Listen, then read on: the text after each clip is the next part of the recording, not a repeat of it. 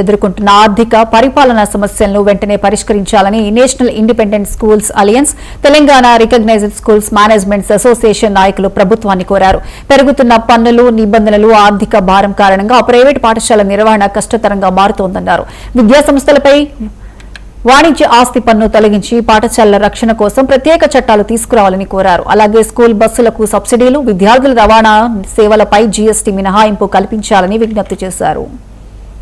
తెలంగాణ రాష్ట్రంలో నూతన విద్యా సంవత్సరం ప్రారంభమైన సందర్భంగా ప్రభుత్వాలకన్నిటికీ, రాష్ట్ర ప్రభుత్వానికి, కేంద్ర ప్రభుత్వానికి కూడా ప్రైవేటు పాఠశాలల్లో చదువుతున్నటువంటి విద్యార్థుల నాణ్యత ప్రమాణాల అభివృద్ధి కోసం, ఈ దేశం విద్య ద్వారా ముందుకెళ్లడం కోసం ప్రైవేట్ పాఠశాలలు అంటే ఎదుర్కొంటున్నటువంటి కొన్ని సమస్యల్ని ప్రభుత్వాలకు నివేదించడం కోసం ఢిల్లీ నుంచి జాతీయ అధ్యక్షులు కుల్భూషణ్ శర్మ గారు ఇక్కడికి రావడం జరిగింది.